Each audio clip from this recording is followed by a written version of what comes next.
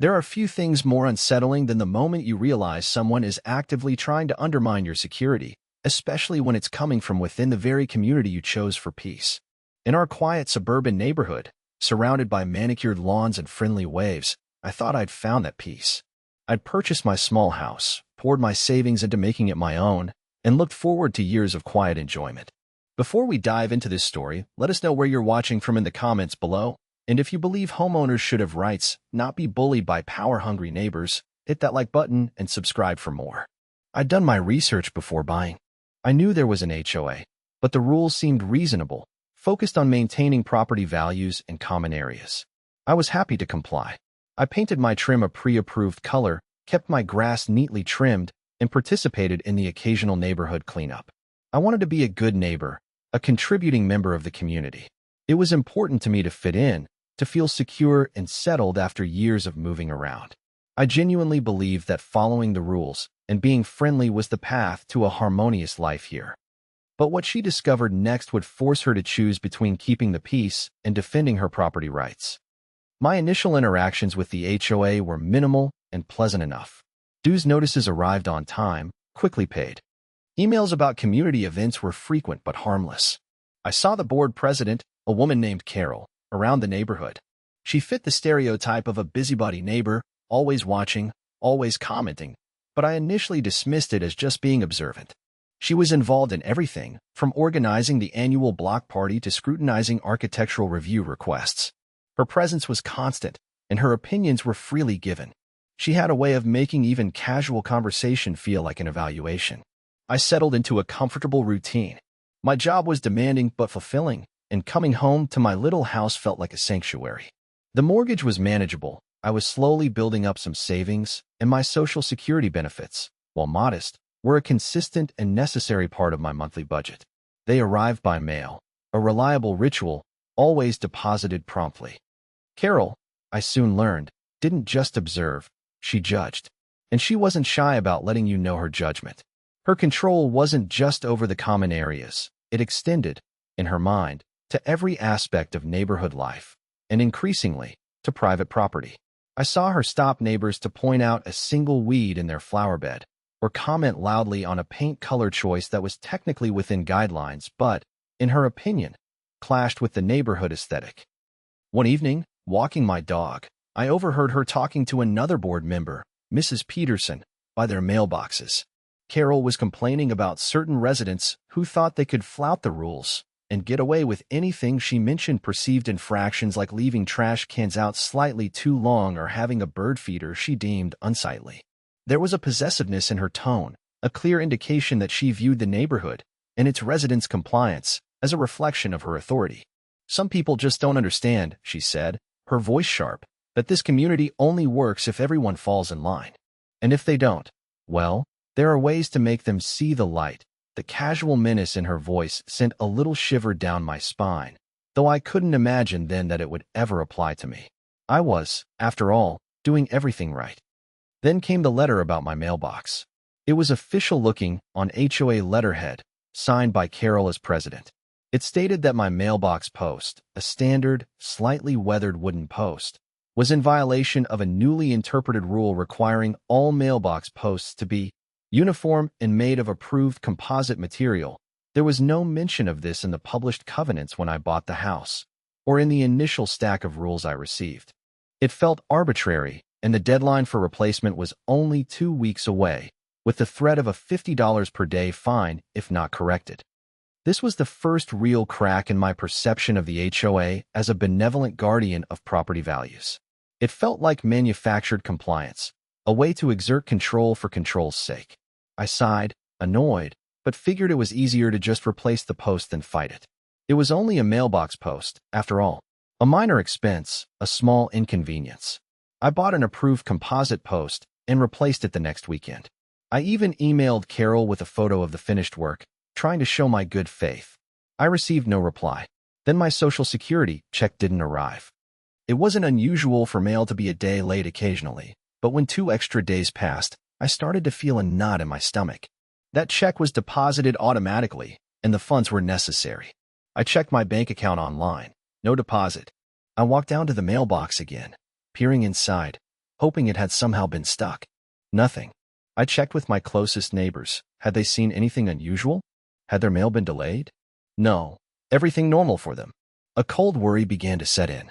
It wasn't just a bill or a junk mail, it was crucial income. I called the Social Security Administration.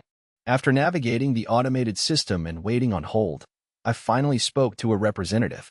They confirmed the check had been processed and mailed to my address on the usual date. They advised waiting a few more days, given potential postal delays, but also suggested contacting the local post office. I visited the post office the next day. The postal worker was sympathetic but unhelpful. They checked their system. The mail from my address had been delivered on the expected dates. There were no reported issues with delivery in our neighborhood. My worry escalated into genuine concern. Where could it be? Could it have been stolen? Our mailboxes were clustered at the end of each block, standard roadside boxes. No central, secure location. Anyone could theoretically open them. But why my check? Why now? A few days later, a new violation notice arrived from the HOA. This one was about my garden gnome. Yes, a garden gnome. Apparently, novelty lawn ornaments were now restricted to no more than one small, non-illuminated item per front yard planting bed. My gnome, a perfectly cheerful, standard-sized ceramic fellow, was deemed a violation. The fine was $25, due in 7 days, with a threat of further penalties. It felt ridiculous, petty, and clearly targeted. I had noticed Carol drive by my house slowly a couple of times that week. The gnome had been there for months without issue. This wasn't about rules. This was about harassment. That night, the thought struck me, Carol. The missing check. The sudden, nonsensical HOA violations. Was there a connection? It seemed far-fetched, but the timing of the intensified scrutiny coincided with the check going missing. It felt less like random mail trouble and more like a deliberate act. But how could she? Why would she? I decided to be methodical. I started a log. Date, time, every interaction with Carol or the HOA. Every notice received. Every observation of Carol's behavior. I took photos of my property, documenting its compliance with the established, non-gnome-related rules. I looked up the HOA's published covenants and restrictions again, reading them line by line. The mailbox rule wasn't in there. The strict gnome rule wasn't either. Only a vague line about maintaining aesthetic harmony, which was clearly subjective and being applied selectively. I contacted the Social Security Administration again to report the check officially missing and request a replacement. They initiated a trace. They also mentioned that mail theft was a federal crime and suggested contacting the U.S. Postal Inspection Service if I suspected foul play. The idea of contacting a federal agency felt overwhelming, like calling in the cavalry for a missing envelope. But the thought of my check being deliberately taken, especially coupled with the increasingly aggressive HOA tactics, fueled a quiet anger. This wasn't just an inconvenience, it felt like an invasion, an attempt to disrupt my life and finances. I sent an email to the HOA board, politely requesting clarification on the mailbox and gnome rules, citing the discrepancies with the published covenants. I received a terse reply from Carol, reiterating the violation notices and stating the board had the authority to interpret and update rules as needed for the good of the community. It was dismissive and underlined her belief in unchecked power. I kept documenting. I noted Carol's car parked across the street from my house for extended periods.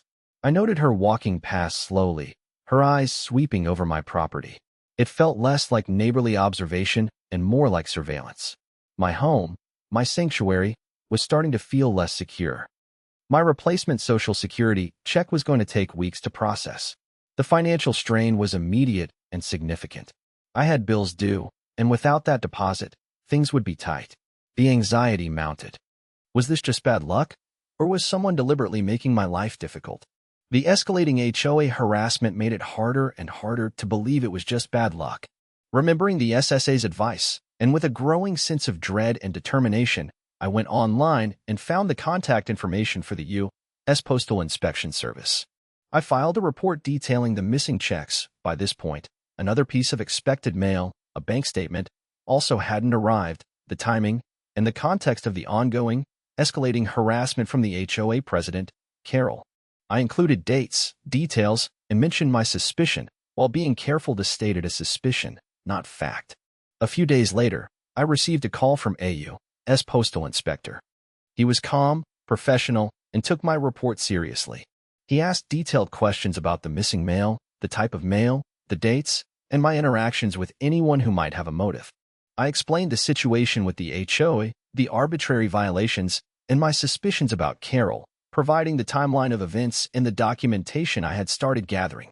He explained that mail theft and tampering were federal offenses with significant penalties. He couldn't share details of his investigation, but he assured me they would look into it thoroughly. Hearing him treat it as a serious potential crime, a federal crime, validated my fears and strengthened my resolve. This wasn't just a neighborhood spat anymore. While the federal investigation was underway, the HOA harassment continued, seemingly oblivious to the deeper trouble brewing. Another notice arrived, this time claiming my trash cans were visible from the street, even though they were placed discreetly by the side of my garage, a spot used by several neighbors. The fines felt less about compliance and more about pressure, a constant drip designed to wear me down. I learned from another neighbor, who was also quietly fed up with Carol's overreach, that Carol had been complaining about me specifically at recent informal gatherings, calling me uncooperative and a problem homeowner. It was clear she was trying to isolate me, using social pressure as another weapon. This neighbor, Mrs. Rodriguez, had her own complaints about selective enforcement and unfair treatment, and we began sharing information and supporting each other. It was a small comfort, knowing I wasn't alone. I continued my routine outwardly, complying with the more reasonable rules, but inwardly, I was preparing. I consulted with a lawyer specializing in HOA law. He reviewed the covenants and the violation notices. He confirmed that the new rules regarding the mailbox and gnome were likely unenforceable if not properly amended and recorded, and that the selective enforcement and excessive fines could constitute harassment. He advised me to continue documenting everything, especially communications from the HOA. He also stressed the seriousness of the mail theft aspect and deferred to the postal inspector on that. The lawyer's advice gave me confidence on the HOA front. I learned that Carol's claimed authority was not as absolute as she presented it. There were procedures, rules even she had to follow to change covenants or levy fines. She was cutting corners, relying on intimidation and the assumption that homeowners wouldn't know their rights or wouldn't challenge her. One afternoon, the postal inspector called again. He asked if I had any security cameras. I didn't, but Mrs. Rodriguez across the street did. I asked her permission, and she readily agreed to let the inspector review her footage, saying Carol was a menace and needed to be stopped. The inspector was particularly interested in the time frame around the dates my checks and mail went missing. Days turned into a couple of weeks. The harassment from the HOA seemed to lull slightly, maybe because Carol was busy with other things, or perhaps, though I didn't know it then, because the federal investigation was progressing behind the scenes. I used this time to continue my research, understand the legal process, and steel myself for whatever was coming. I felt a quiet shift in myself, less anxious victim, more determined defender. I wasn't just protecting my property anymore. I was protecting my right to live in peace without being subjected to harassment and potentially criminal acts. Then came the morning everything changed. I was home, working, when I saw two official-looking cars, one with federal plates, pull up outside Carol's house. A man in a suit, whom I recognized as the postal inspector, got out, followed by another man, presumably local law enforcement. They walked up to Carol's door and knocked. From my window, I watched, my heart pounding. Carol opened the door, looking surprised. The men spoke to her briefly, then stepped inside. The meeting lasted for what felt like an eternity. Other neighbors, drawn by the official vehicles, started to gather outside, murmuring amongst themselves. Mrs. Rodriguez waved at me from her porch, a look of tense anticipation on her face. Finally, the door opened again. Carol emerged, her face pale, her usual confident stride replaced by a slow, uncertain shuffle. The postal inspector was behind her. I couldn't hear what was being said, but I saw Carol extend her hands, and the other officer stepped forward. The glint of handcuffs was unmistakable, even from a distance. They placed Carol under arrest right there on her front porch. The neighbors gasped. Carol, who had wielded her HOA title like a scepter, who had made people's lives difficult over paint colors and garden gnomes, was being taken away by federal agents. It was a moment of stunned silence in the neighborhood, quickly followed by a ripple of shocked whispers. I later learned, through snippets of conversation and ultimately confirmation from the postal inspector after the fact, he called to inform me the case was resolved and thank me for my report, that the security camera footage from Mrs. Rodriguez's house had been crucial. It showed Carol retrieving mail from several mailboxes on the block, including mine, on days my mail went missing. The inspector also found evidence during a search of Carol's house connecting her to the missing mail, though he didn't specify what that evidence was. It turned out she had been intercepting mail, not just mine, but from others she had grievances with, or perhaps just saw an opportunity. My Social Security check was likely taken because it was identifiable and valuable. It was a federal crime, mail theft and obstruction of correspondence. The HOA violations were just a smokescreen, or perhaps a related tactic of control and harassment. In the immediate aftermath, the neighborhood was buzzing. Carol was booked and charged with federal offenses. The HOA board was thrown into chaos. With Carol gone, the dynamic shifted instantly. The remaining board members, who had largely deferred to Carol's aggressive leadership, seemed bewildered and quick to distance themselves from her actions. An emergency meeting was called. The arbitrary rules Carol had tried to enforce were immediately put on hold, pending review. My mailbox post and garden gnome were suddenly non-issues. My replacement Social Security check arrived safely a few weeks later. Depositing it felt like reclaiming a small piece of my life, a tangible symbol of security that had been threatened. Carol faced the consequences of her actions in federal court. While I wasn't required to testify, I knew the evidence gathered, starting with my initial report and documentation, had been key. The details of her sentencing weren't widely publicized, but the message was clear: abusing a position of power, even in something as seemingly small as an HOA, and crossing the line into criminal activity, had serious repercussions. Life in the neighborhood slowly normalized, but it wasn't the same. There was a new HOA president, someone quiet and focused on actual community maintenance, not control. The atmosphere was lighter, the unspoken tension gone. I kept my log and documentation for a long time, a reminder of what had happened and what I had learned. I installed a small security camera facing my mailbox, not out of fear, but out of a quiet determination to protect my space and my peace. I remained friendly with my neighbors, especially Mrs. Rodriguez, but I also maintained clear boundaries. I was polite and cooperative regarding legitimate HOA matters, but I was no longer passively compliant. I knew my rights, and I knew how to stand up for them, methodically and effectively. Standing on my porch in the evenings, looking out at my quiet street, my small house secure behind me, I felt a deep sense of relief and hard-won peace. The challenge had been unexpected and frightening, but facing it, gathering the facts, seeking the right help, and standing firm had given me a strength I didn't know I possessed. No one, not even a power-hungry neighbor with an HOA title, had the right to threaten my home or my security. I had stood my ground, and in doing so, I had protected my peace. Thanks for watching till the end. If you enjoyed this story, give this video a like if you haven't already, and subscribe for more stories about standing up to HOA bullies.